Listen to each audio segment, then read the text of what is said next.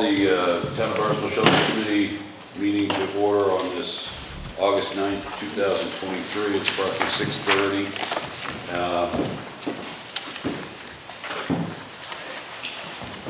Please note that tonight's meeting is recorded and broadcast on Channel 18 and in accordance with Mass General Law, Chapter 30A, Section 20.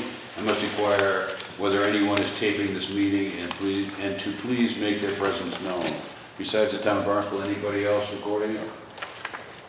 Okay, yes. Great. First order of business is to approve the minutes of the June 14th meeting. They were emailed to everybody. There are copies here if anybody needs them. I'll entertain a motion to approve them as presented. I'll make a motion to approve the minutes as Great, they've presented. been moved Second. and seconded. Any discussion? No discussion? All those in favor of approving them as presented signify by saying aye. Aye. Aye. Any opposed? Great, thank you. No comments at this point. Natural Resources Report. Amy, please. So we have shellfish growing area updates, which as of today is just an ever evolving and very exciting thing to talk about. So we had, first of all, our closures effective July 1st. Because we finally hit the threshold in the Katuitt Oyster Company mooring area, and so that closed that day. This is a picture of what the 3 bays map looked like at that time.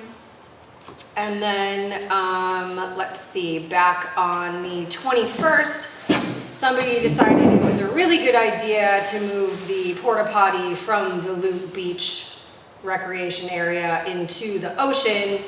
And then the porta potty was subsequently found aground on Dead Neck Sampson's Island the following morning, which constituted a 21-day emergency closure of this area outside of Loop Beach. That area would be slated to open tomorrow if we didn't get 4.5 inches of rain yesterday. Yes, was that only just yesterday? Yeah. It's been a long 24 hours. But we did. So effectively, this is what all of 3 bays looks like. Every single map that I have just shows everything being 100% closed until further notice. I do have Division Marine Fisheries coming tomorrow, weather permitting, because it sounds like we may get another deluge of water tomorrow. To do some bottle dipping. We can fail this first test, it can be okay, because the next time they'd be able to go out to resample would be next Tuesday. It's if we fail 3 in a row that we look at lengthier closures, which nobody wants. So even though it's really difficult to wait, it's important to wait to give the embayments a chance to clean themselves out, so that way we're not testing too hastily and then effectively extending the closure. The only other growing area new thing that we have is effective the 31st, because we technically have more than 20 boats in this like largely tiny sailboat mooring area off of Barnstable Yacht Club. We now had to change that area and define it as a mooring area. Because it fits the criteria under the National Shellfish Sanitation Program's Model Ordinance for doing so. However, given the fact that none of those boats are potential pollution sources, even though it's now a conditionally approved area, it's allowed to remain open year-round, with the exception of the tiny portion of it that falls within the recreational area, and is therefore closed this time of year because the recreational area is closed this time of year. So, does anyone have any questions about growing area closures before we? If the second one they do Tuesday is not good. So we do the second one on Tuesday if the one they do tomorrow comes back not good. Then the next time they have someone available to come resample would be Tuesday of next week. So we're hopeful that they get the samples tomorrow.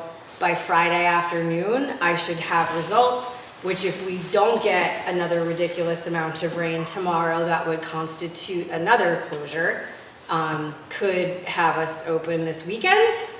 Now, I heard it like the second, like that one, the Tuesday one is bad, like it's 2 more weeks before they can test again. It's the third one. It's the third one. is that Third what it one, is? yeah.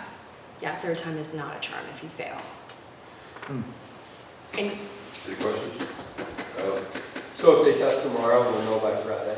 not by Friday, we'll know hopefully by Friday afternoon. Okay. And then if we know by Friday afternoon and things are favorable and they can get notices drafted up and approved by their supervisors, then it could be like a midday Saturday opening, but I am certainly not promising you anything. Yeah, so Saturday at the earliest. Very earliest. Very But Yeah. they are predicting 3 to 4 inches of rain tomorrow night.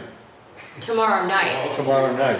Yeah, so that's why we have rainfall gauges all over town. So say for instance, if we end up getting like, you know, more heavy rain on the south side than the north side, and the north side comes back clean, and the south side come back clean, then maybe we only have to keep one area closed. I really, you know, it's very fluid and all depends on how the bottle dips go tomorrow and how much rain we get tomorrow. So, because 4 inches in a 24-hour period constitutes an automatic closure. Is 3 inches the threshold? 4, Okay. yeah. We got it. Thank you, Amy, that's it, right? No, it's not. So it's August. Next month is September, and September 15th, we have the annual closure of the conditionally approved areas in Barnstable Harbor. Even though Simone, who was our area biologist from DMF, is moving on to new employment at the end of this month, Margaret Leary has stepped in as our area biologist for 3 Bays and for Barnstable Harbor, and is committed to doing those extra rounds of testing while the conditionally approved areas are in the closed status, to try to see if we can get some of those areas in Barnstable Harbor eventually not conditionally approved and potentially open year round. Last year we were able to get 3 of the 5 done, which isn't bad considering like schedules and weather and things change and chaos of life and stuff like that. And the initial results from those 3 rounds were pretty favorable. So it's looking promising after the first year. So I think, you know, the more we can work towards getting those 15 samples for them to review, and the fact that they're committed to doing it is great. My staff will commit to 2 boat trips. And again, I need the wild fishery, at whose request we were doing this initially, to step up and offer to volunteer, thank you Tyler, to take Maggie out for some boat rides for the other 3 samples. So if you're a wild harvester or an aquaculturist, and this is something you would like to volunteer for, email me and I'll get you in touch with Maggie. I got a question. Of those areas that are being tested, are we looking at like deeper into Scoring Creek at all? Like, Upper Scoring Creek? yeah, No, it's dirty. no? It's dirty. You sure? Yeah, a lot of the samples that come back for there are not suitable for, they have to make a judgment call after anything over 14. So like where the line is in Scoring Creek now, it goes like right across a flat. Like, could it be moved to just like could it be tested and moved just like in between the next 2 flats so that it's not cutting a flat in a diagonal angle? So it depends on, like, the water sampling stations are chosen for specific reasons. And so the ones that come back consistently dirty have to have a certain amount of area around them that's closed. So those boundaries and those decisions are all made by Division Marine Fisheries. So that's, And it's all based on like what they have to do around bad water quality in the model ordinance. Well, It's not like rules we can mess with. if the line is like a diagonal line. So like if it was like a certain amount of area away, why wouldn't it just be like cut like directly across the river instead of like a very long diagonal line across this? It could depend on where the water quality stations If we just are. like took one sign and just moved it up, it would basically make a very defined line across. And it would just open up, like the flat is like literally a line going down the flat. You gotta like you have to like almost have a third person, someone else standing up on the bank to like look down the line to see if you're there. as opposed to like every other boundary that's just like a straight line. Yeah, no, I get that, and what I'm saying is it could depend on where the actual water quality sampling station is. Okay. So I'll look at that, I don't have a map with me Yeah, today we'll of talk like the about it. stations, but I'll take a peek at it. Alright. Cause it, it may be something that they're willing to work with, but it may not be. It's not like a huge thing I'm trying to, it's just like the specific line itself is going across a flat with shellfish on it. Yeah, and it's more for ease of figuring out if you're in a closed Yeah. area or not, I get that, Yeah, yeah. I can look at that. oh, nice. Any other questions for Amy? I don't have numbers this month, I'm sorry. You done? Yeah, I'm done. Thank you, Amy. Proposed changes to shellfish fines, shellfish fines. You have those to present? So we discussed these back in May. They were proposed fine changes to the recreational fines that we thought would carry a little bit more weight for the routine violations that we see. It hasn't changed from the last time that I presented them to you. I think I provided people with copies of them last time we were here. I can't remember if I sent them electronically or not.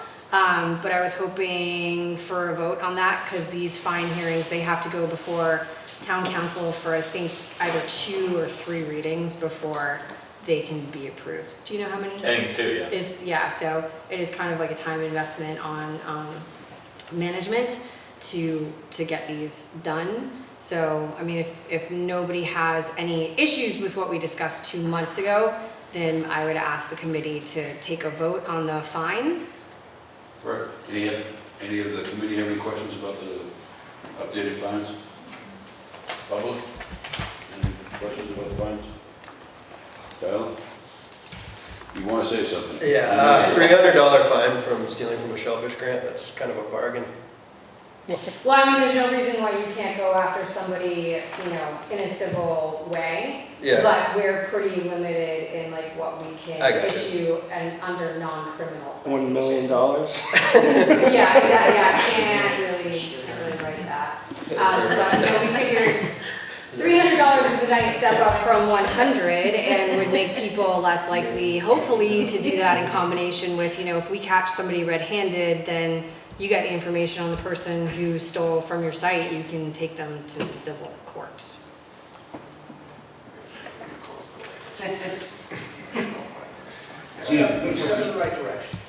Yeah, Anybody have any questions about the, yes? Yeah, Amy, I just was wondering how much revenue this might generate in the course of a year generally, and where those funds go. so I have no idea where the funds go for tickets that we write. I believe they all go into the general fund. I don't think any of it is actually specifically dedicated to our department, except for those pieces of the general fund that fund our department. And yeah, I have no idea. I've never done a breakdown of like In your how many estimation, times how much we... would you write in the course of a calendar year or season? For like people yourself? stealing off of a shellfish grant that we actually catch them in the act, it's relatively rare, but it is something that is reported to happen. I think we've caught maybe 2 people in the past handful of years, and it's been in sites that they can get to easily. It's also something that we could cite for in a propagation area, which is way more common. Yeah. So. Just in general, like how many tickets do you think you write a year in this department is for shellfish? So just for shellfish violations, I probably write at least 1 or 2 a month, and it's probably the same for the other, 3, 4 officers. So it's a lot of citations. A lot of, we've had a couple of letters go out threatening revocation of recreational licenses as a result of those changes last year. Which has definitely put a couple of people on notice that I haven't seen misbehave since then. So. Have you taken one yet? No, not yet, but I am 1 step away from taking one individual. So, yeah. He's been advised of the appeal process should he not like the decision. So one mess up come oyster season and he's out. Any other questions for Amy? Great. I'll entertain a motion to approve the changes that we've discussed regarding the recreational shellfishing fines. I'll make a motion to accept the changes. Okay, as presented. I second that. Move second, discussion? Hearing no further discussion, all those in favor of this change, Aye. signify by Aye. saying aye. All those opposed? Great, thank you. So the other. Razor Clam scientific name change? Yeah, so this is just in a normal public hearing for regulation changes, like we do This is the pretty first much every time? year. This is the first time, or have we dealt with this already? I thought we This dealt- one I also showed you back in May, and Yeah. it's just to address the fact that a number of years ago, they changed the scientific name of the jackknife razor clam. So it's just bringing our regulations into compliance with that name, so that way it's We correct. discussed this 2 meetings ago? Yeah. In May, yeah. Great. Any discussion about this? Anybody? I'll entertain a motion to approve this. I would move that we recommend approval of the change of the name of the razor clams In the regulations? in the regulations. Great. It's been moved. Do I hear a second? Second. All those in, any discussion?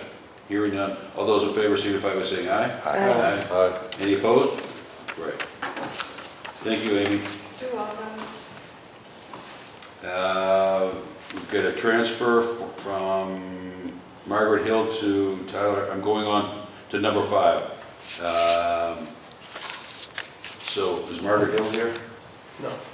So you're representing, you're the transferee. Tell us about what you're gonna do, John. I think it's in the report there, but just pretty much carry on what I've been doing for the last 5 years on the same spot. Growing oysters. For Miss Hill, you've been doing it for Miss Hill, is that? Yeah, yeah, the farm has been in her name, and I've been the farm manager. So pretty much nothing will change but the name on the farm as far as grow out methods go, species that will be grown. Oysters primarily? Just oysters, yeah. I put a couple soft shell nets down, but they're kind of taking up too much space, so probably just going to focus on oysters. And if we ever get those butter clams approved again for Massachusetts or Cape Cod Bay, I'll probably try those too. Okay. But waiting for the state's approval on that. And tough to find a hatchery that grows that stuff too. But yeah, pretty much just doing oysters on the farm. Cool. Public hearing is Already took 40. place. Oh, jeez. Yeah, well, because we didn't have. Congratulations. It was noted in the hearing that we weren't able to have this meeting, but that we would still, if you had comments, Right. submit them to Joyce, because we're still within that 60-day period. We did not have a meeting in July because of the fact that we didn't have a quorum, right? So- No, because the. No, No, Some- because of the. Oh, the posting of agenda, right. Some Yeah. agenda issue. Yeah, Gotcha. open meeting law violation. Anybody have any discussion about Tyler's? And as far as the town is concerned, he's up to date, Yes, and he, okay. yeah. So, I'll entertain a motion to recommend that it be approved, because we don't approve it. The town manager approves it, I believe. Right. Has it not already been approved by the town? Subject to us reviewing Oh, it. okay. That's what I just heard. I make a motion to approve the transfer. Cool. Been Second. moved, been seconded, discussion, hearing none. All those in favor signify by saying aye. Aye. Any opposed? Scott Laurie, let's see, we've got another renewal, which is Scott Laurie for 10 years. Is he here? No, he's not here.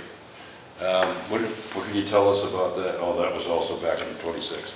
Yeah, so this was like, I think this is the first time he can go for a 10-year renewal at this site, because there was like a lot of shuffling around back in the day between Paul Hamlin and him and somebody else.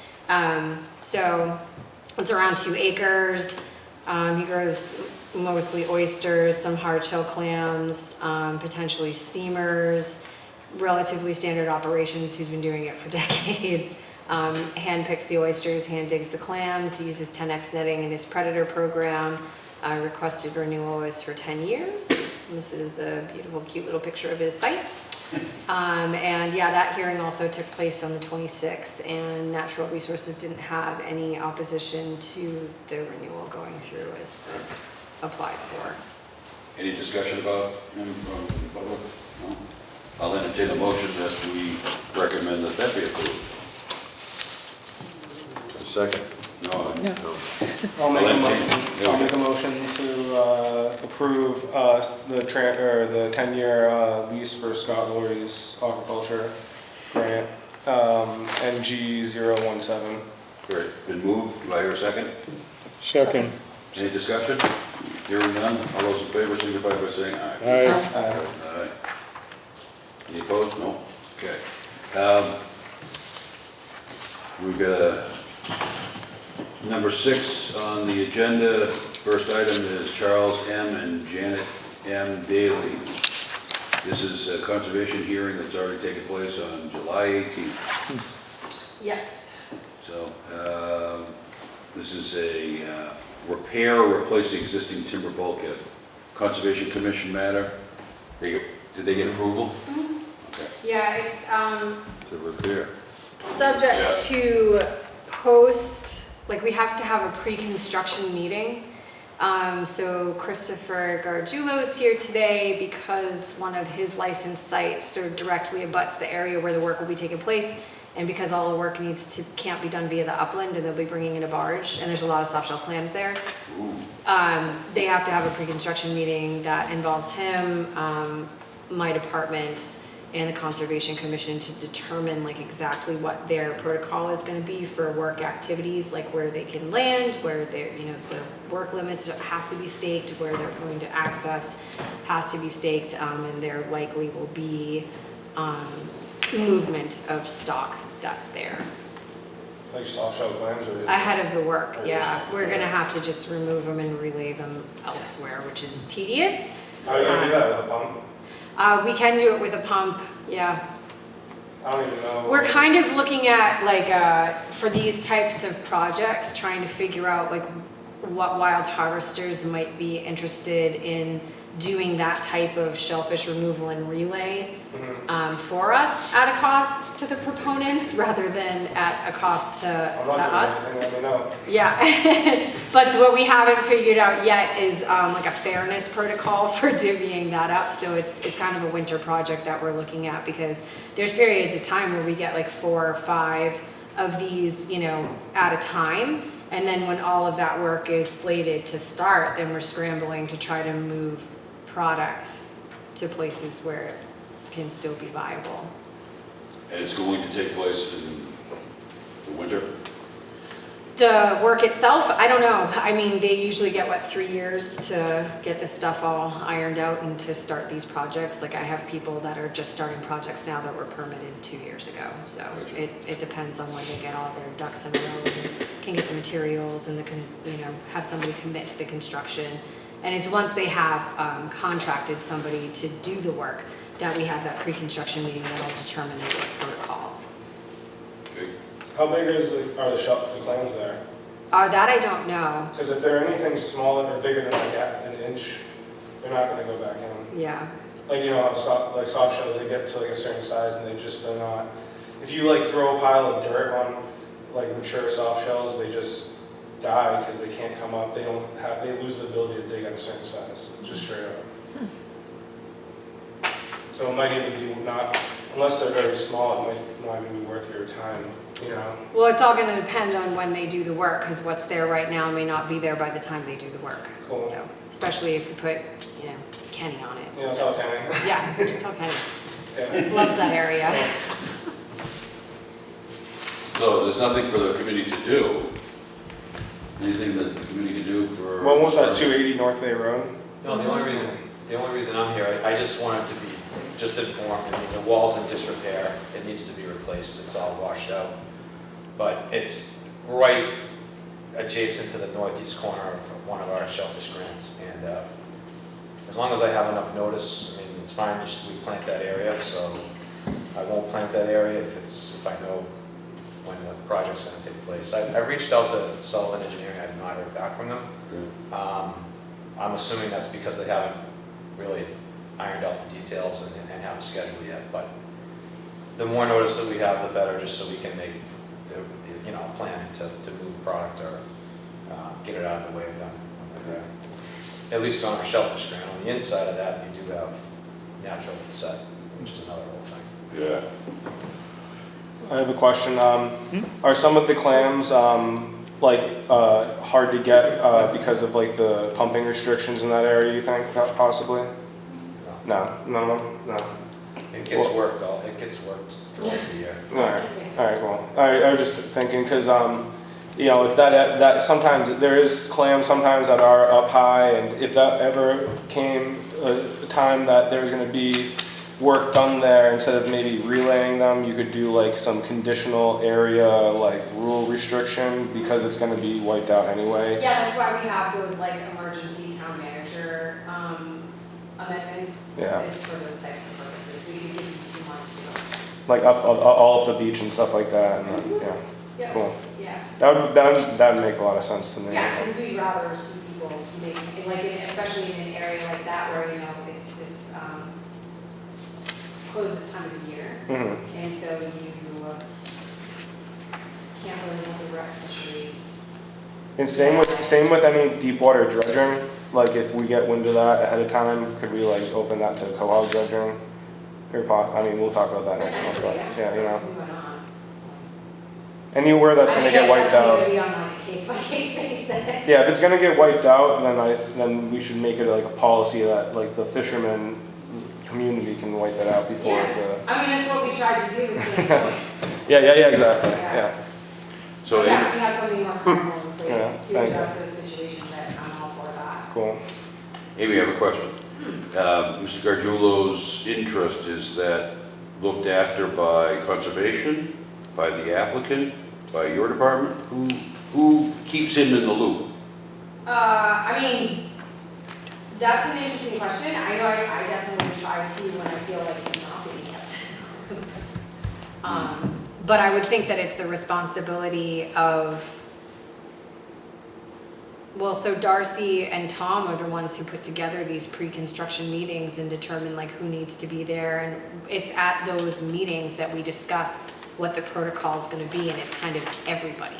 So it's like if he says, normally they put in the orders of conditions that they have to give my department 21 days notice, working days notice before they can start, so we can do shellfish removal and relay if need be.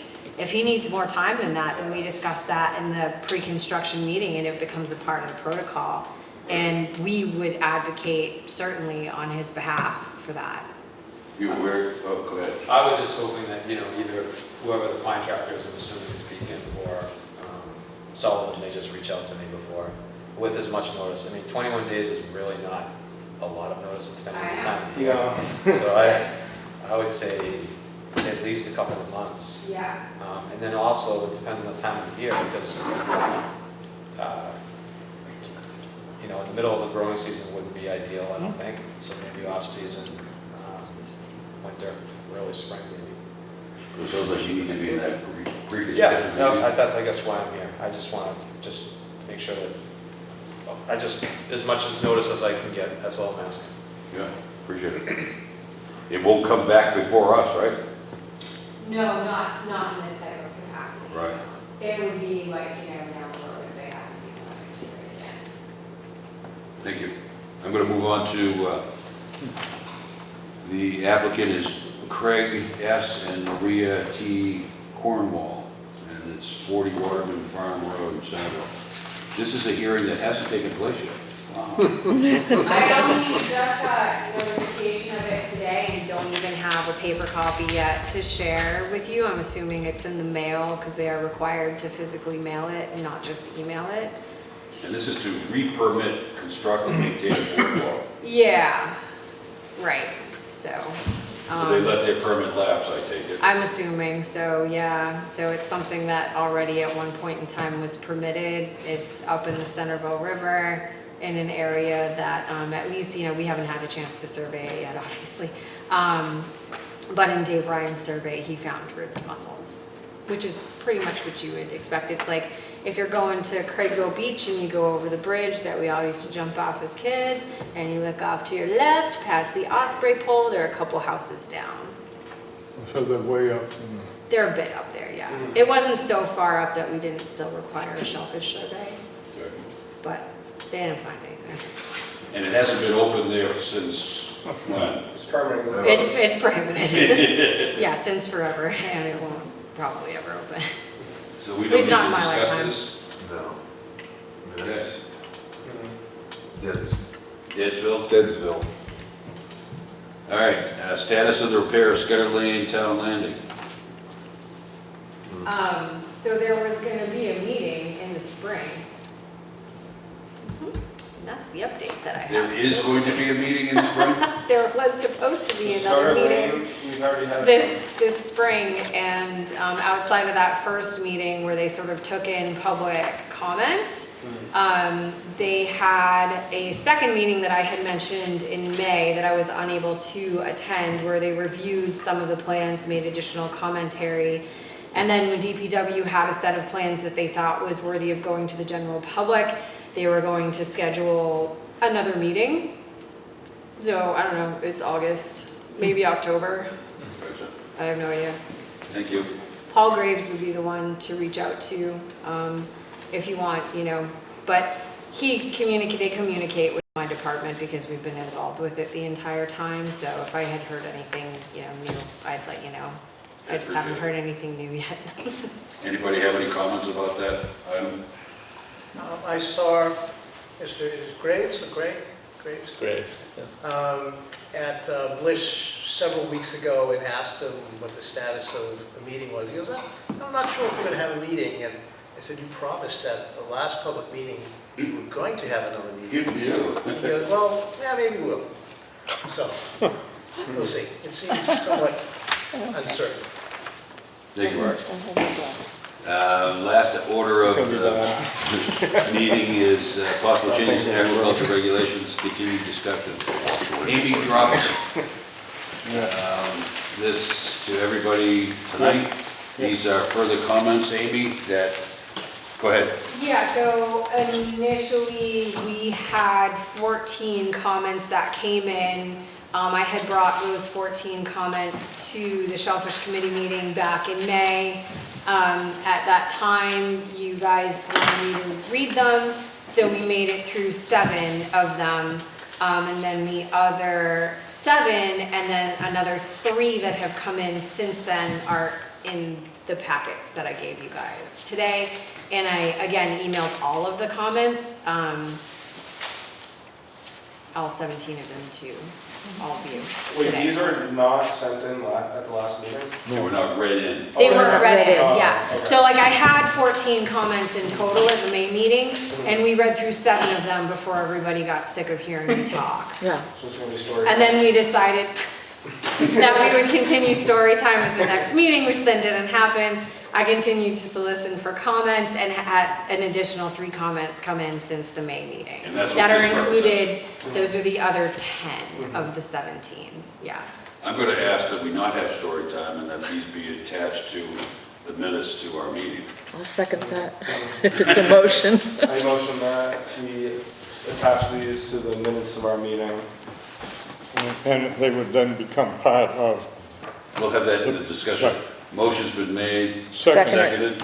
Right, discussion, Bob? No, I was say they will be attached to the minutes and become part of the record. That's correct. All those in favor of the motion, or any further discussion? Hearing none, all those in favor of the motion on the table signify by saying aye. Aye. All those opposed?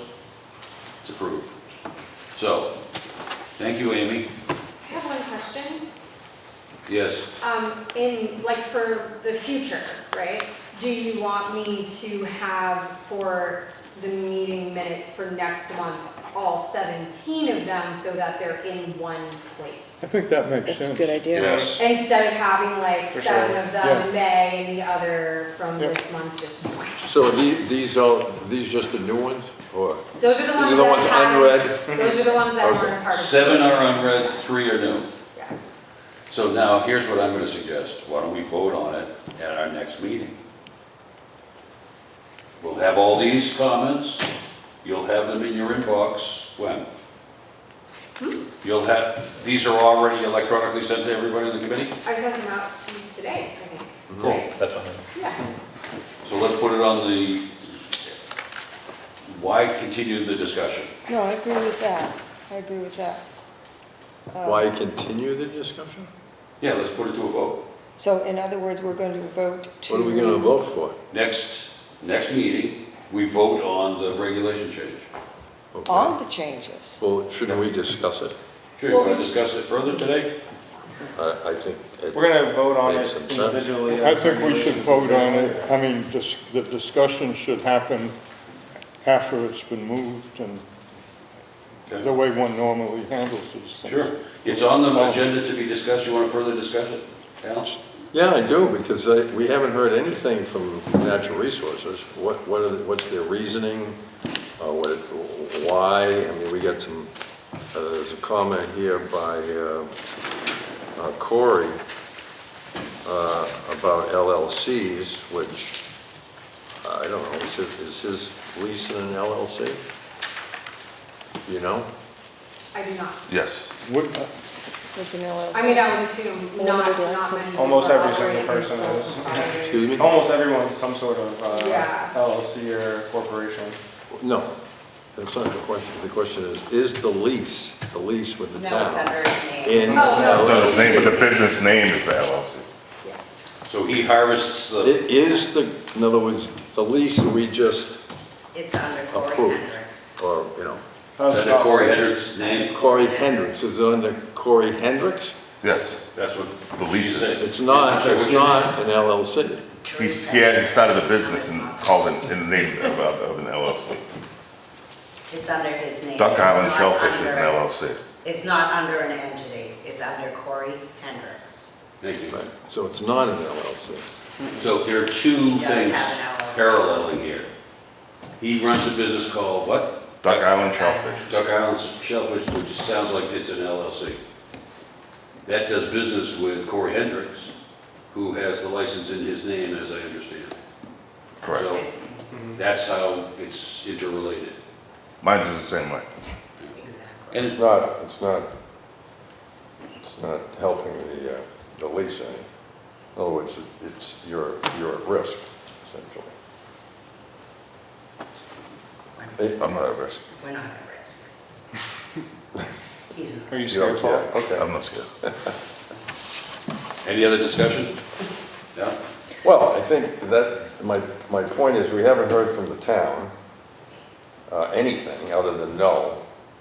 I would like to find out why, number one, all of these different things. What is, everybody gets very nervous when you say corporation, and they immediately talk about Walmart and, whatever, General Motors.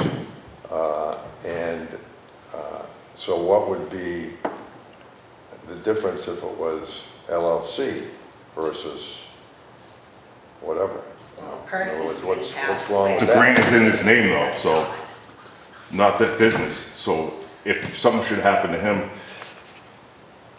the grant could go to somebody else in line.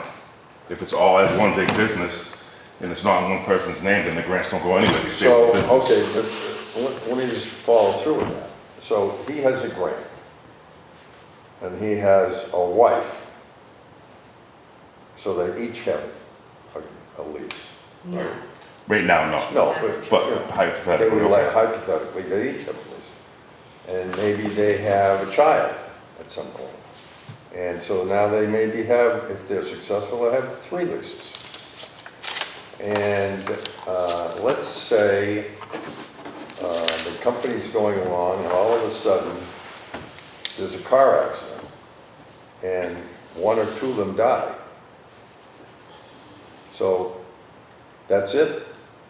There's inheritancy rules, you can put like. No, no. Yeah, you can. You can go to there isn't Amy any and you can put your inheritance name on, you can say, if I die, it can go to this person. Well, one thing, like, that's how it worked before, right? If someone dies, if the children doesn't take it, like I think it happened to Corkage, they got rid of the grant. They rid of it. That's it. That's how But it's it been can for be 4 Yeah, but years. in other words, they have an option. 2 grand, yeah. You have an option, but you don't have an option. In other words, if Corey's wife lives and Corey dies, then she doesn't have an option to keep the 4 acres. She does. To have a In the business. regulations, it says the family has up to a year to make a decision. It says that in the A year regulations. to what? To make a decision if they want to hang on to it or not. So here's what they do. They hire somebody and they transfer it to that person that they hire, Or it's a family member, But or to a that's, family member. yeah, They have or a options. friend, They don't lose it yeah. well, they do lose it. In other words, you lose it if you don't have, because he's dead. yeah, because who are you gonna transfer it to? You can't transfer it to yourself because you can't have 4 You can acres. transfer it to his mother, who's on the list. You can go down to Well, the so town. but what is the point of all, There. you know, what's this machinations of, oh, you can transfer it to your mother, you can transfer it to your sister, your cousin? What's the point of that? The Why point not of- just make it an LLC? That's Because the of be done with it. workaround the regulation. That's how this became. Well, that's a work around the regulation, but it doesn't, you know, you're just working around the regulation. Doesn't make any sense. It doesn't make, it's I the mean, same thing. That's how people have lost their grants over the years. Yeah. What do you mean Someone- lost? Someone has died in their family and they had no one to transfer it to, so they went back to the list and people got on the Yeah, but list. you think that, in other words, if you have a grant, right? Yeah. You have more than one grant? No, Okay, so you have 2 acres. You work that 2 acres, everything goes well, you're making some money, you pass away, and it just goes away? Teresa gets it, Teresa gets it.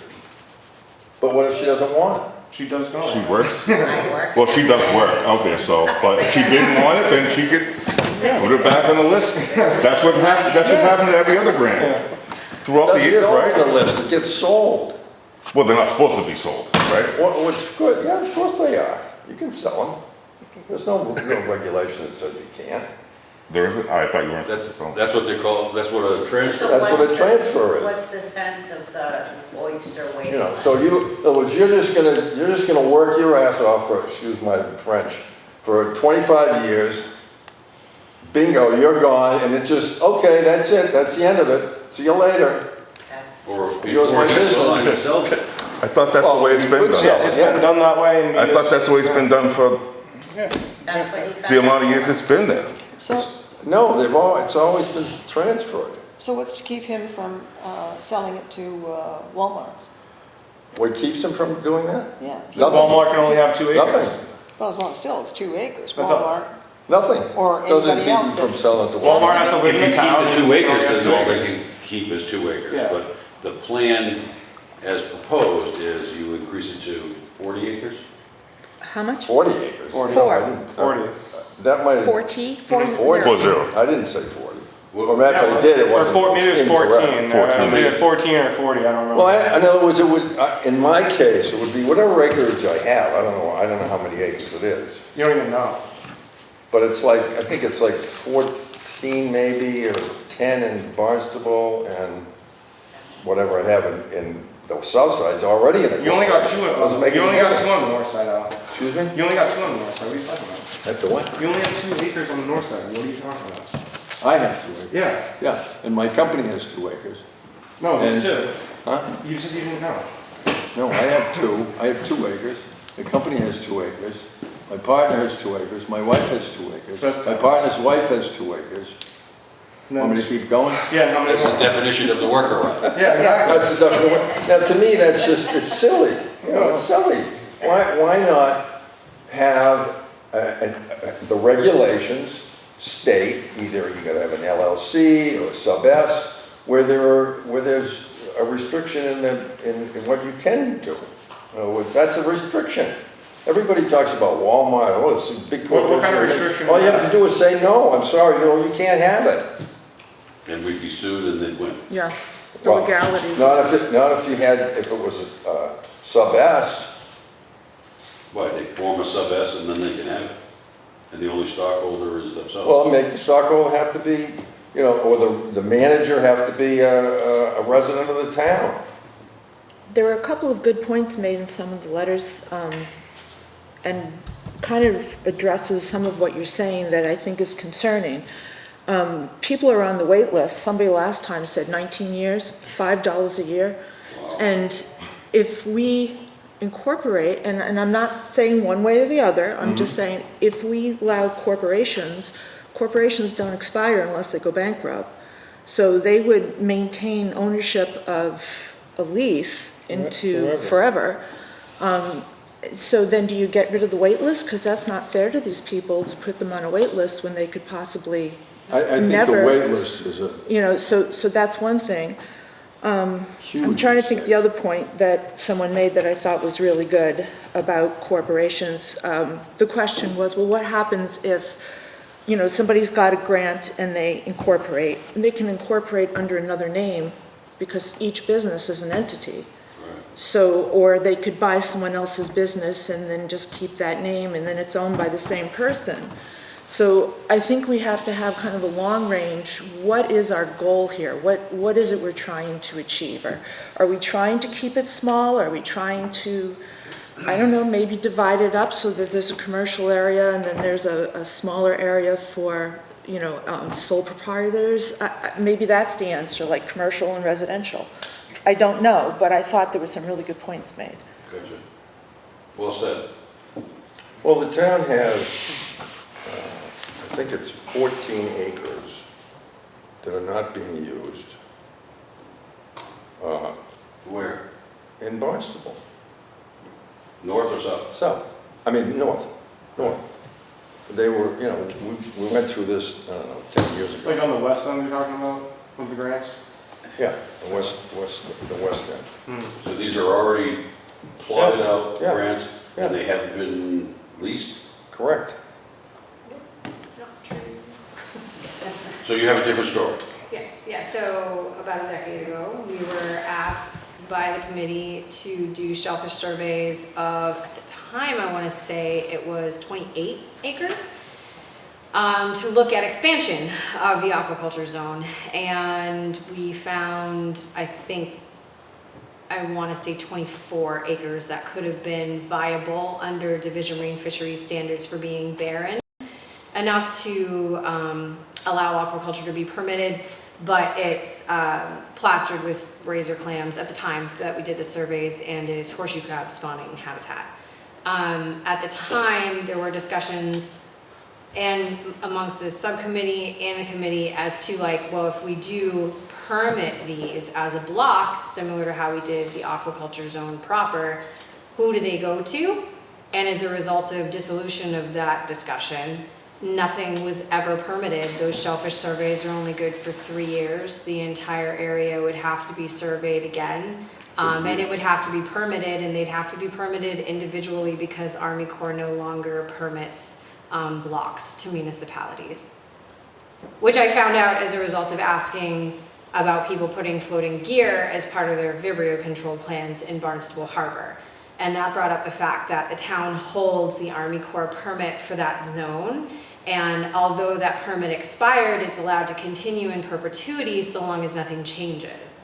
But because floating gear wasn't a part of that Army Corps permit moving forward, if people individually want to apply to use floating gear, which still needs to be like properly vetted through Harbor Master and Waterways and is something we have on like the wintertime list to get accomplished before next February season, then the individual growers would have to go for their own Army Corps permit and have that as an amendment to that permit. It's not. I mean, it can be done. It's not a big deal. It absolutely can be done. They, at the time, sent over a link to a draft for a more sort of streamlined application process for this type of thing. I don't think it's finalized yet, but it's, you know, those Army Corps permits, should the town decide to move forward with permitting additional acreage, would have to be pursued by the individuals that would get them. The town had a And who gets block them? of like 100 acres or something, or 50, or whatever it was. 90, The I zone. think. The zone is 90, I believe, something like that, yeah. But I mean, I have some paperwork on it. Yeah, I There's have the 14 whole- 2-acre leases. Potentially. Yeah, they Well, were let me never put it this permitted. way, there's no way they're not gonna get them, okay? The town. The town or whoever, the people on the list. Yeah. That would help you know, Because the list to Short me the is, list. you know, Yeah, well- a joke. so what does it take from this committee to re-energize that effort? I Yep. think at this point, it would definitely take proper vetting, not only, definitely from the wild fishery. Just because, Yeah, I think- because like there aren't quahogs and oysters and soft shell there doesn't mean there aren't animals of value there. Okay. That's not gonna fix this, that's a separate issue. More grants is separate than the regulations of the grants. I don't disagree, Yeah, but I'd like to, let off a little of the steam from the list. I do still have that one site in Barnstable Harbor that actually is permitted, I think it's NG 35. That could be offered to the wait list. It's a 2-acre site. Yeah, what about like all of like off of like Bone Hill Road and stuff? So those, again, people would have to, it would have to be like individually applied for. Has anyone ever we- discussed that? So we did have one guy, McDonald, who lives off of Harbor Restaurant, Harbor Point Road, Harbor Bluff Road, Harbor something Road. Where's It's that? off of Bone Hill. On the south It's side? it's on the right as you're going down Bone Hill Road. Oh, The okay. one that yeah. used to have the restaurant on it, we live kind of like next to that, backed right up to the water, and applied for a site.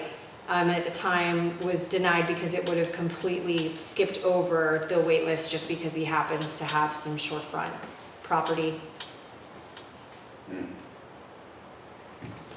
So the wait list is an issue. I was 17th. I don't know why the wait wait list is carrying so much. I was 17th, no one wanted my grant by 16 people, and I was 17th. Yeah, so why would- That was why should- before the oyster craze started when I got mine. Why would those Today, 16 never people happened. even be on the list? They should be off the list. Exactly, I agree. I mean. I think those if- 17 people should be right off the list. That's Because they turned Or- down- or they go turned to it- the they back, turned it or down. right to the bottom. Gotcha. I believe my grant was known as the Shifting Sands Grant. and That's No one correct. had, I passed on that. no one had And I success don't for think I years. should lose my place on the list at the time because I passed on that. Because it's just like with a mooring, you might have a different size boat, you have certain areas you Yeah, want to but- be, it should be. Mooring can be moved, On the same Yeah. token though, how long do people sit on mooring wait lists? not long. That's a whole other. I believe Kyle Carlson was on the wait list for 17 years Something like that, and yeah. finally got a grant Yeah. by going Denver was down on it for till 20. he got to number 1. 17 years. Times Not 5. that he couldn't buy a grant. You're right. Not that he couldn't buy one, he just wanted one for free. Yeah, but That's not- why he waited well, 17 years. Not all people got money like that. Mark? I don't know. Not everybody's got There money. were a number of comments submitted back when that area that we were just talking about was proposed. A number of growers, I recall, were included in commenters on it. Maybe we should dust off some of those comment letters that came up at the time. I know there was some opposition because of just the infrastructure. That many more Yeah, that was trailers and part of the boats issue. and things like that, where are they gonna You have park? 14 more people, Yeah. more grants, you know. So all of a sudden now you have a, Or potentially just one corporation. Which is true, though. That's, well, if it was only one, that would be better, because But if it that's what were- you got now. I'm taking care of a lot of grants, right? If I wasn't, there would be 14, 15 boats instead of 2, I hear you. Very true. you know? So So where's that information? there's a lot of back and forth on this thing. Yeah, but a lot of the same animals that cause disease. Well, the what? A lot of the same animals can cause disease. It caused what? Disease. A lot of the same animals. If you get all your animals from the same place, they can cause disease. I don't understand what You you're talking you don't understand English? about.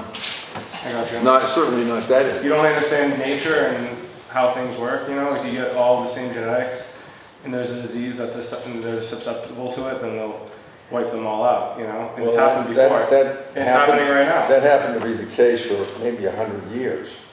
No, it's happening right now. From 1900 to 2000. that Right now, was the there's a case. huge outbreak of QPX that's going. Well, that's clams, that's not oysters. It doesn't matter, you know? They all. Well, it does matter. It doesn't. Yeah, it does. Not really. Because they came up with a solution for oysters. They haven't come up with a solution for clams because nobody's done the studies, nobody's done the work. There's no oyster diseases like that, so your oysters Not- are susceptible? yes, or There are still many oyster diseases, but they've all been, the oysters have been bred so that they don't die from the diseases. QPX, not Q, MSX. MSX, dermo, juvenile oyster mortality. Those were absolutely, there was no business up until 2000. There was no oyster business because of those diseases. But VIMS and Rutgers solved the problem. with triploids? Which created the industry. Not only triplets, they have diploids and Diploids, triplets too. both. So it's created the industry. The whole industry on the East Coast is because of VIMS and Rutgers, nothing else. Yeah, I just don't agree with having a monoculture crop out there. Well, you got steamers, you got razor clams, and you got oysters. Yeah, but on the farms, it's just mostly oysters and cohogs. Well, that's two things, isn't it? Steamers.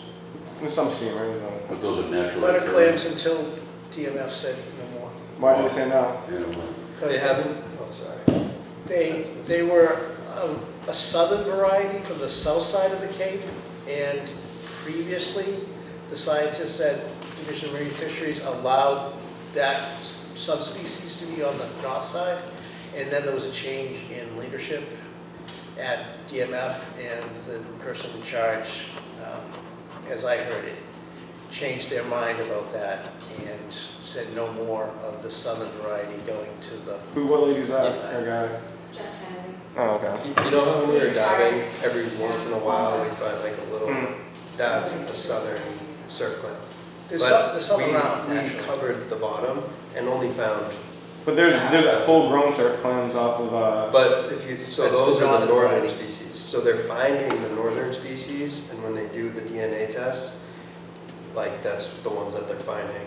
So they're finding that they're only northern surf clams. But how many hours have we spent underwater scanning the bottom, and we've only found a handful of those southern varieties, which are the smaller ones that live up in the creeks in warmer water. oh, you won't know until you test them though. Right, but like They could be, can't find like, them. just because they're on one side of the harbor, you find surf clams on one side of the harbor and surf clams on the other side of the harbor, doesn't mean that they're different species. But the northern clams won't live up in that warmer water. They won't live in the creeks. Okay. And the southern clams tend to be smaller. Yeah, So I gotcha. And the beauty of growing them is that they only take a year to get from tiny little seed to market. They don't get as big as 5 inches or whatever. As You can like sell them when you grow no, them. I'm saying, after I'm saying the species itself though. No, it's not a big, Yeah. What's the, I think we're getting off the subject. yes. You think? Just a bit. So next meeting, we're gonna vote on whether a corporation can have ownership of a grant. Or it doesn't have to be, it could be an LLC or a corporation or a sub-S An entity. corporation.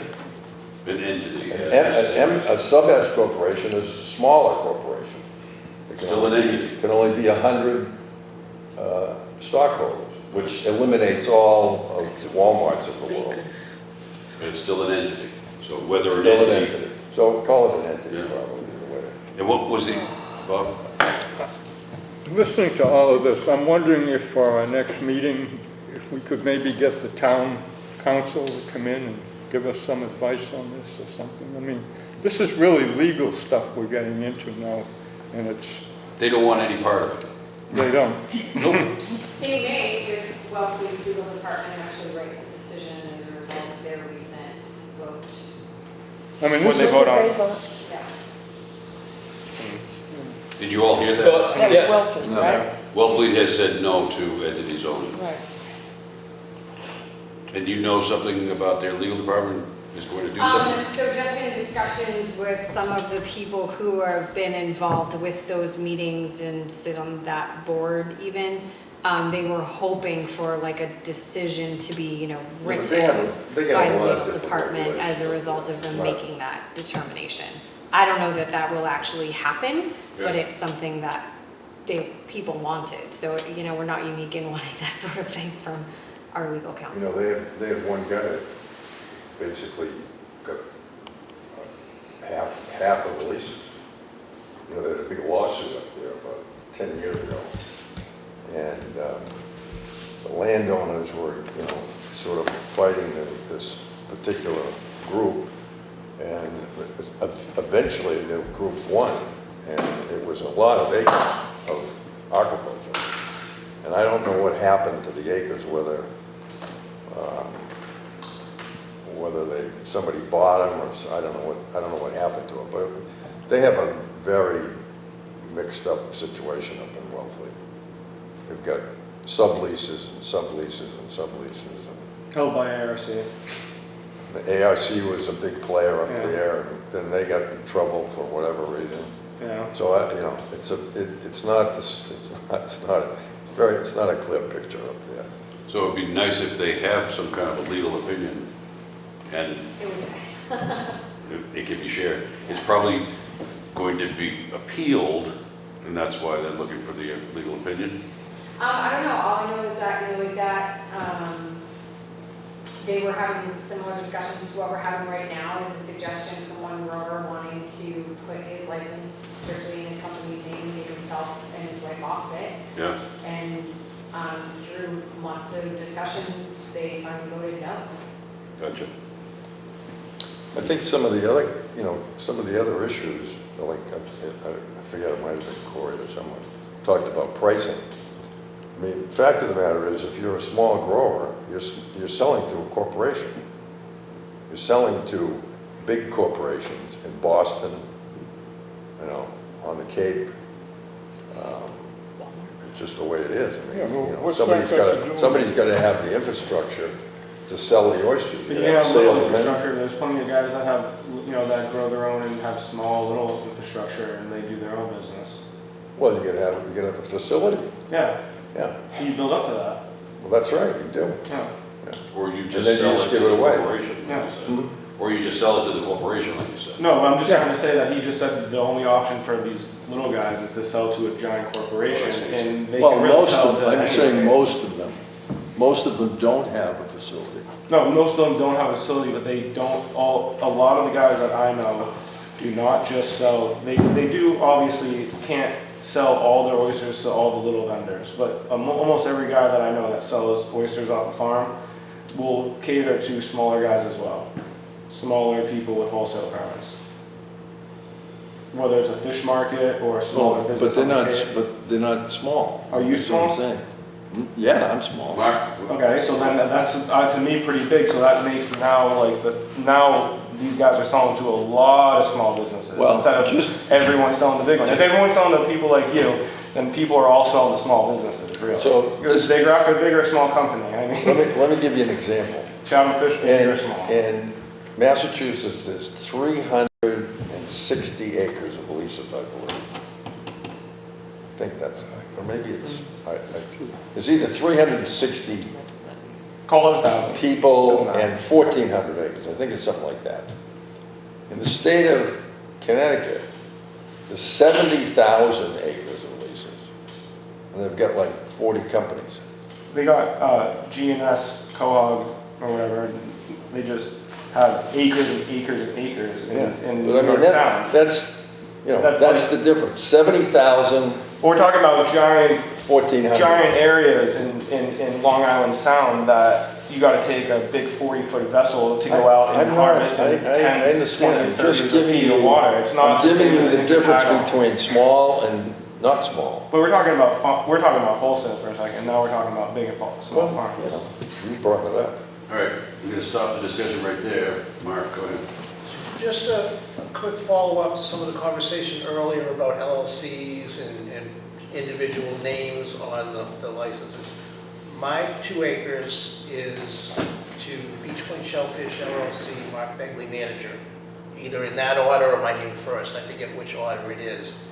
But that's an important step based on advice I've got on liability issues in the past, as opposed to just having it in my name only, by having it clear that this is me as the manager of the LLC.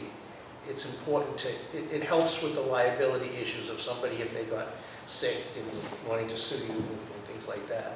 So I just hope whatever you decide, that you don't lose that protection, because I think it's important to have that for people with LLCs, to have the ability to have their name on it with the company as opposed to only the person's name. That would be a step in the wrong direction. So, hold on. I'm gonna put a different hat on for a second, and it would be my plaintiff's hat. And my plaintiff's hat would say that it's an illusion that you have learned to live with relative to you thinking that you have some protection from personal liability, having an entity that you're working under. If, of course, you have shareholders and not yourself as, it's probably a single member LLC, you're the member, you're the manager, you have a title, but me as plaintiff, I'm coming after you with everything I've got. If I've got a client who's injured, and I don't care about your LLC, I'll pierce that veil in a heartbeat and go after you personally.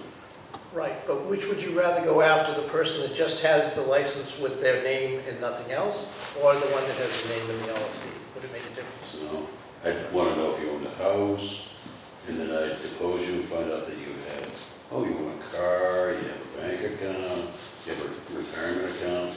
I mean, just, I appreciate the fact that you put that entity out there and you get some comfort, but that comfort is, I would say it's more of an illusion. Okay. So what would the answer be then, instead of that? Walmart.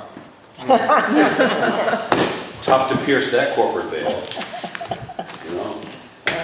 I just think about that licensing thing is through the state, and it has nothing to do with the regulations of the town. No, this is the town's license. Oh, the town license says that? Oh, I thought you were talking about the Shellfish transaction card. Oh, gosh. Gotcha.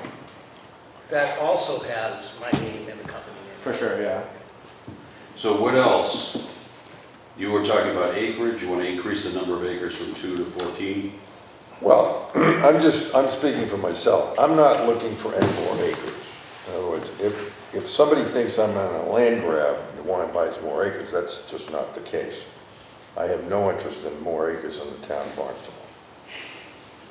Whatever acres I have. Most of my acres are in corporate name already. Doesn't make any difference. Then what's the issue, Al? Well, because most, not all, most. That's the difference. I mean, that's I guess my point when you bring up the fact that big corporations are going to come in. Most of on the south side, almost the entire acreage is corporate owned by Katuitt Oyster Company and Cape Cod Oyster Company. Katuitt was grandfathered when the regulations were adopted. Well, they were a corporation 1,000 years ago. Right. Yeah. That's what he said. And I was too. Right, so that was a carve-out when they were adopted back in the 90s. It wasn't a carve-out, just they didn't have any regulations at all. Right. Yeah. It was carved out when the regulations were adopted and it said you had to be a person.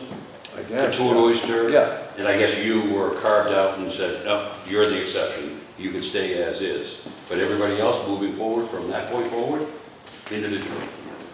Do you know what the town's intent was when they changed the regulations? It wasn't a change, it was an adoption of regulations. So there was As Al no said, regulations? They didn't have any exist. regulations. So what was their intent when they made the regulations that they made? To regulate the industry that was brand new. It was to help supplement the wild fishery, from what I've been told, to help the people, the watermen, that were losing, habitat and stuff, to give them an opportunity to grow their own. It was adopted by the state or re-adopted by the state to enhance the wild fishery by, if you plant cohogs, if you plant 1 million cohogs, they're going to spawn, and the spawn's going to go all over the place. With the help of individuals by giving them extra. That helps everybody, yeah, and it's the same with the oysters. Yeah. Same. That was the thought. There's not a lot, in oysters, it's just, the sand's moving too much, it's from, the north side. And south side, I haven't seen any recruitment, although I have in the clan end of things. They recruit on the north side. Do they? Yeah. Oysters? Yeah, in the marsh, up in the grass. Yeah, so I mean, Yeah. And you know, sometimes on the it creek, answers. she has oysters. Mm-hmm. That was the reason the state redid it. When I first got a grant, I mean, I came to the town, we basically sat down and said, what should we do? Because they had no idea, they didn't have any, they had leases back, you know, Katuitt had the leases, but nobody else had them, they were all taken away by the state. So, you know, we just came up with a couple of sheets of paper and that was it. And it's a statutory framework is where it comes from. You can look in the Mass General laws and you'll see there's a definition of the grant. In the CMR. No, this is a statute. Okay. What's that called? Mass General Laws, Chapter, Okay. 61, I used to.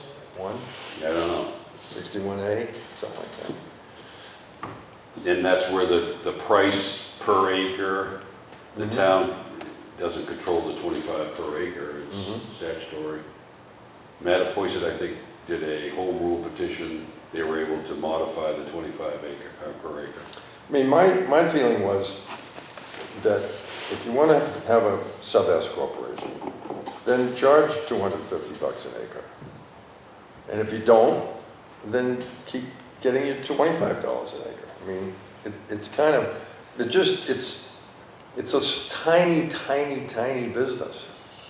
I mean, I'm a big operator in the state of Massachusetts, and so I'm a tiny, tiny, tiny little business. It's, you know, I don't have 15 employees. I mean, it's just not much of a business. I like the business, because it's not a big business. No, I know, compared to other oyster businesses, you're definitely not the biggest in the country by far. By I far, understand. you know, you get the West Coast has got gigantic companies. I mean, they got tens of thousands of acres. Taylor Shellfish. I remember going out to see them 40 years ago, when the father and the two sons, and they were in the lumber business. You know, and they had all this land, of course, around Seattle. And they've made a huge business up there, huge. You know, So big business. anything else besides corporate ownership? I mean, I'm just trying to get everybody to feel comfortable putting as much restrictions on it so that you do have some limited liability. Sub-S is going to be less likely to pierce that than an LLC. You know, I'm trying to get everybody should be in the same boat, because you're selling a live product, and a live product, I mean, anything can happen. The primary buyer holds, like, I'm pretty sure the majority of the responsibility. The what? The majority, like, almost all the responsibility for getting people sick. The primary buyer, yeah. No. Yes. Define the primary buyer for us, please. The person, the wholesaler that is permitted to buy from a harvester and then introduce it into the market. Makes sense. The attorney will sue everyone. Yeah. Well, they'll do that anyway. Right. Yeah. Almost everyone. See what the Everyone. judge throws out. Yeah. But the primary buyer is the one that has the most reporting to do and has the most responsibility for bringing it onto the market. You have to temp gun it and all that stuff. You know, if I go bring it to another company, it just goes right, they just, okay, sign it, done. They don't have to report anything, because I took all the responsibility of doing that and introducing it into the market. They just have to trace it to where they got it. And it doesn't ever come back onto the harvester ever. From my experiences of hearing things, it never comes back. Well, we've had very little issues in Barnstable. Of course, I know, because we're all great people in Barnstable, we all do a good job. Well, I love that. And on that note.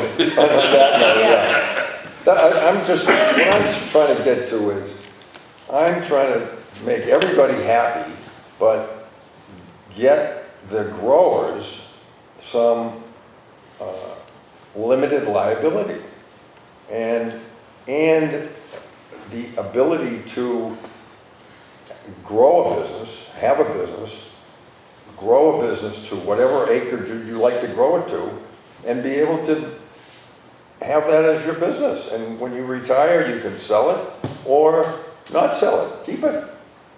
I mean, it's like a retirement. It'd be like, if I worked for the town of Barnstable, and I walked in the office one day and said, well, I'm gonna retire tomorrow, and the guy across the table said, well, geez, you know, I'm sorry, but we're not gonna give you your pension. We're gonna give it to this guy over here, because he's starting tomorrow afternoon.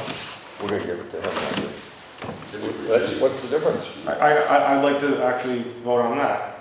I'd like to vote on whether we can sell them or not, like just openly.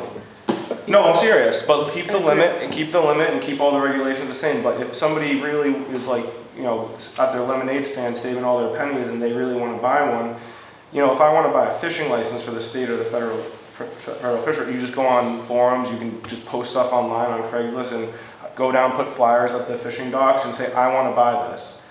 And you can get phone calls and, you know, inquiries about buying it. But this is all backdoor, behind the table stuff and hush hush. But I don't think it's going to really hurt anything if you just make it sellable under the regular rules. It's still going to make it hard. It's not going to increase the price dramatically under the current regulations, I think. So it's currently allowed to be sold, it's just called transfer? Well, you're buying the, like, infrastructure of the business. You're not allowed to, like, technically say you're putting a price on the farm. Or the license? I guess, yeah, the same thing. So when Because the someone license isn't for transfers, sale.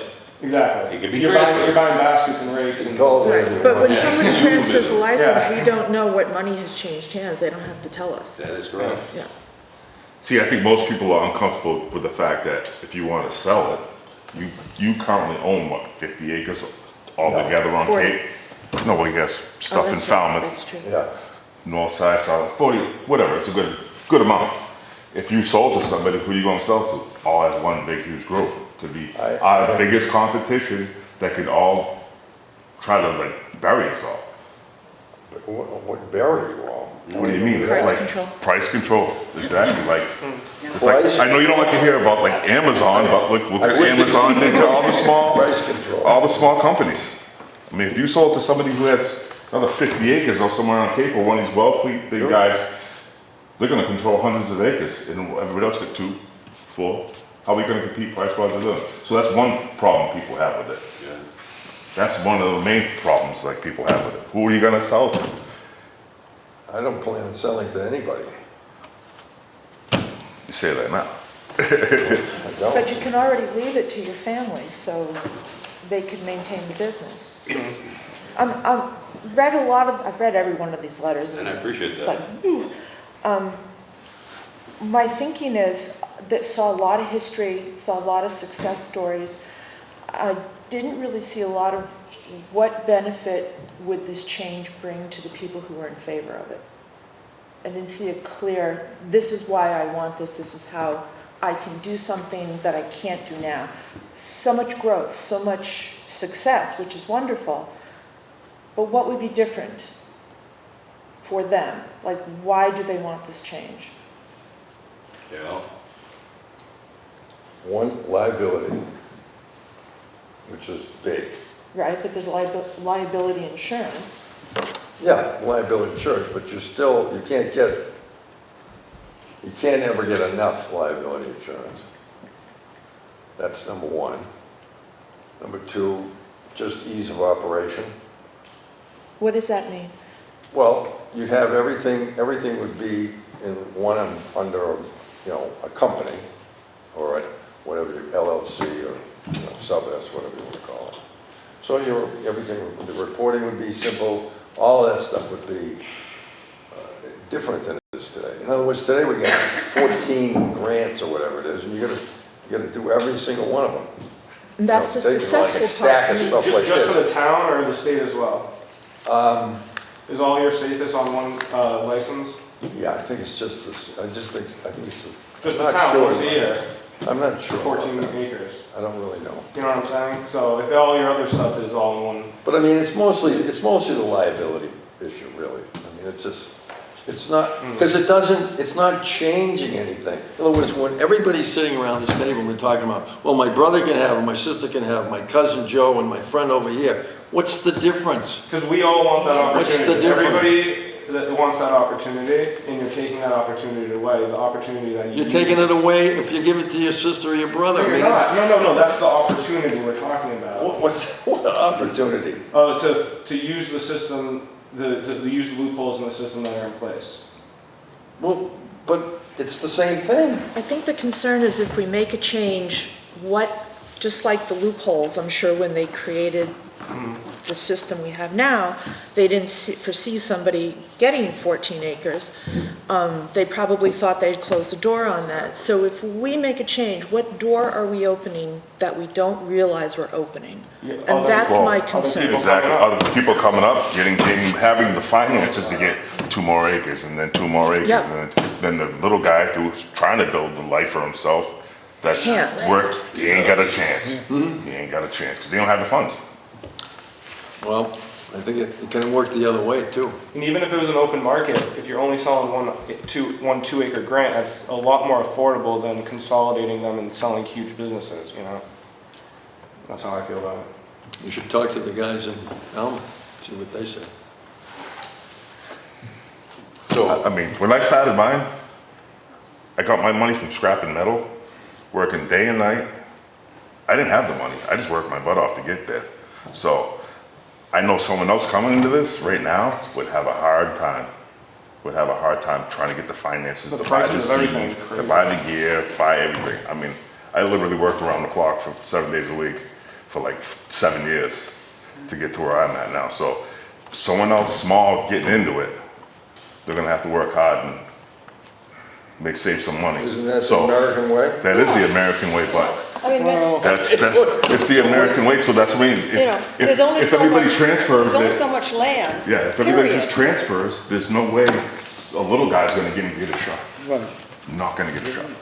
That's where I think one of the key items is that people are worried that somebody will be coming in who is, I have to put this kind of delicately. For example, we are seeing in reports on a large portion of farmland that is no longer controlled and owned by American farmers. In fact, it is foreign owned. Exactly. All right? Or So I corporate think that also A lot of is farmland's what we're corporate owned talking about nowadays. here, and why we are interested in protecting Barnstable. And there's 100-year farms out in We the West. we aren't Wellesley, They're we aren't corporate owned Velma, we're Well, Barnstable. in case So of that's Wellesley- what's gonna work here for us, because as we pointed out, we only have so much land. I mean, that's wherever you look, there's only so much land, there's only so much of Cape Cod. Barnstable is the largest But- producer of oysters Right. in the state, Yeah. okay? But Now, you- the reason is, no, because we- Wellfleet's Goes back but a to bunch of little guys, Yeah. and they're all completely, out of control down there. So here's a town that has probably 10% of the acres that Wellfleet has, and we do more business. Is that a bad thing? Has your No, but it price says our gone down in the system last works. 5 years? I don't think we have only 10%. Gone up. that they have, but It's gone up. Why has it gone up? Because there's more oysters to sell. We have a better product. I try to put out the best We product sell I can. oysters all over the world. It helps everybody in the town of Barnstable. Doesn't just help me. I think great white oysters are not that great. Well, that's good. You don't have to eat them. You don't have to eat I them. mean, Go ahead. You're gonna be the last word. Okay, last word. The question came up, what law in Massachusetts? It's Mass General Law 130, Section 57, 8, 9, 10. Wait, 130, 130, Chapter 130, Mass General Law, Chapter 130, Section 57 through 60-something. It goes up in several sections of the law. And the town regulations are based on those for the most part, as is most of the other towns' regulations. And it has, in that state law, the ability to have a waiting list and to do transfers. I think the system currently works because I got an acre initially back in '99, and then later I put my name on the waiting list on a second acre. And my wife got on the waiting list for 17 years, but she got 2 acres ultimately. So our company, our LLC, has a total of 4 acres. I think it's a system that works because the town also for non-compliance will take a grant. And so when the town takes a grant, and Amy, correct me if I'm wrong, that then is usually sent to the waiting list, and Oh, yeah. Yeah, that's how. Yeah, whenever there's a site that's reverted back to the town, whether you've run non-compliance or for like lack of Right. availability, or if somebody just decides to give it back to the town, there are some people who have just relinquished their sites, then in those cases. I mean, it and stands that's out. something that should be raised, I think. So that. That's what I like to say, the compliance is something that I should just be had Yeah. a question on camp checked. how, when And Paul qualibility began to the this, town, you know. I thought that if you had acreage, you actually had to work the acreage and have something on your grant. There's a production requirement. There are. Isn't production a requirement? There Yes, are there is, production requirements. but it's very low. Monetary after your first 3 years of operation. For the first 3 years that you hold the license, we look for proof that you're putting an investment into the farm, because you're not likely to have a marketable product for the first year or two. And then after year 3, we So if- require the minimum production of $4,000. So if I didn't work my grant for, per year. say, 3 or 4 years at all, is that, That could be, yeah, so like, say for instance, Deb Hill, who's only had her site for a year, gave us an entire binder portfolio with things that she had purchased, gear, seed for that site. And that's what's required those first 3 years of operation. So that we know, like, yeah, you're not marketing anything yet, but she's eventually going but to you're do invested in it, you've purchased seed, you've purchased gear, and so then after year 3 is when you would expect, you know, the farm to kind of be operating on such a basis that it would be capable of sustaining at least $4,000 per acre per year Okay. in product. Because, I mean, there are a lot of people on that wait list, Yeah. and there are grants out there that are And not being worked. There's not a regulation that requires the license holder to be actively working the site. There is a regulation that allows the license holder to contract with whoever they want to.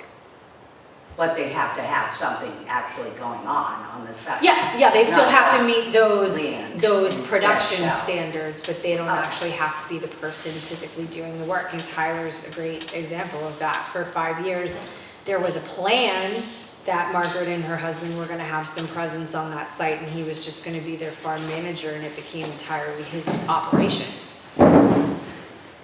But because But he's eventually met they those would buy requirements seed. for them to keep that site, they were eligible to transfer after the 5-year expiration. This is what I had to produce under the grant holder or the manager, it just had to produce. They had to produce something. You have the and report off the file. reports that are passed in February, You have a motion to adjourn? basically states where you bought seed from, when, and when you planted. I do have a question, Mr. Chairman. Yes. How can you sell something that you don't own? Exactly. The grant, you don't own the grant, you're only leasing it. How can you You're sell not it? selling the grant, You're selling, the stuff on it. okay, No, the and rights then to use it. we have transfer to the approve lease. the transfer. Correct. Maybe we shouldn't be doing this. I mean, maybe we should Well, in the not be business that the Get rid of all the grant- rights. transferring this stuff like, just so casually. Maybe they should go back in the bucket for the people on the waiting list, rather than the people who've got the money. Yeah, Because absolutely. it's a false, it's a false hope. I mean, I like that. What you asked for. communism at its finest. So now I'll entertain a motion to Having adjourn. said that, I will make a motion to adjourn. I second that emotion. Emotion. All those in favor? Aye.